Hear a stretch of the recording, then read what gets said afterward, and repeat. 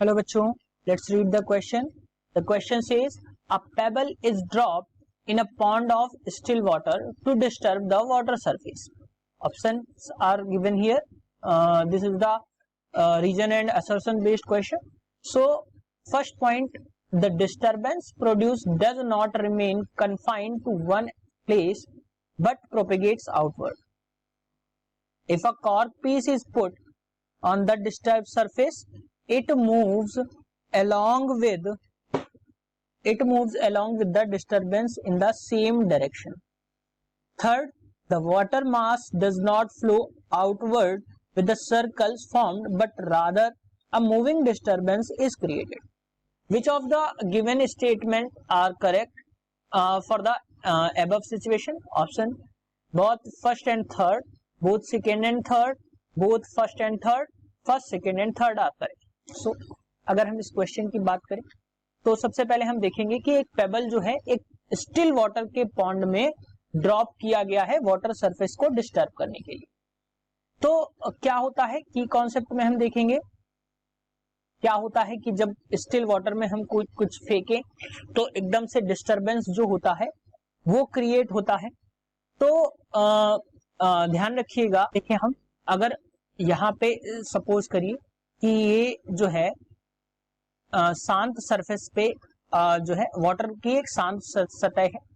अगर हमने इसमें एक कंकड़ को यानी कि एक पेबल को ड्रॉप किया तो क्या होगा कि यहाँ पे कुछ इस तरीके से वेव्स जो हैं वो जनरेट होंगी जो चारों तरफ जो है गति करेंगी मोशन की वजह से. ये कुछ इस तरीके से वेव्स का मोशन जो होगा वो रहेगा. तो अगर जब हम फर्स्ट ऑप्शन की बात करते हैं तो डिस्टरबेंस जो होगा वो एक प्लेस पे नहीं रहेगा, लेकिन वो एक सर्कल में प्रोपेगेट करेगा. तो ये बिल्कुल सही बात है कि जब भी हम शांत पानी में एक हम टुकड़ा फेंकेंगे तो क्या होगा, कुछ इस तरीके से वेव्स जो हैं वो जनरेट होंगी और वो चारों तरफ यानी एक सर्कल के फॉर्म में चारों तरफ आउटवर्ड्स जो है मूव करना शुरू कर देंगे. तो पहला जो है वो आपका स्टेटमेंट बिल्कुल सही है. अब दूसरा कह रहा है अगर सपोज करिए इस सतह पे हमने एक कॉर्क का पीस रखा हुआ होता. सपोज करो ऐसे मैंने एक कॉर्क का पीस रख दिया है और हमने इसको ऐसे जब हमने ड्रॉप किया तो एक्चुअल में होगा क्या, इस कॉर्क के साथ होगा क्या, ये जो है ये बेसिकली जब ये यहाँ पे है, अब वेव पहले ऐसे आई तो ये ऊपर की तरफ उठेगा, दोबारा में वेव जब आई तो ये नीचे की तरफ जाएगा. तो यानी कि ये जो कॉर्क का पीस है, कॉर्क का टुकड़ा है, ये जो है ये अप एंड डाउन मूवमेंट को ही शो करेगा.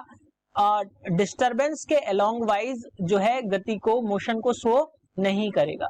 तो ऑप्शन बी जो है ये तो बिल्कुल गलत है. उसके बाद जो थर्ड ऑप्शन कह रहा है water mass does not flow outward with the circle found but rather a moving disturbance is created. अब होगा क्या, जब हमने यहाँ पे टुकड़े को फेंका है पानी में तो एक्चुअल में होगा क्या कि वाटर जो मास होगा वो अपनी जगह ही रहेगा, क्योंकि यहाँ पे जो इससे आई एनर्जी ही ट्रांसमिट होगी, प्रोपेगेट होगी एक जगह से दूसरी जगह पे. वाटर मास जो है वो ट्रांसमिट नहीं होगा. तो ये भी ऑप्शन जो है सही है. तो अगर हम इस स्टेटमेंट्स की बात करें तो फर्स्ट और थर्ड स्टेटमेंट जो है वो बिल्कुल सही है. So correct answer for this question is option A, both first and third statements are true. Hope you understood it well. Best of luck.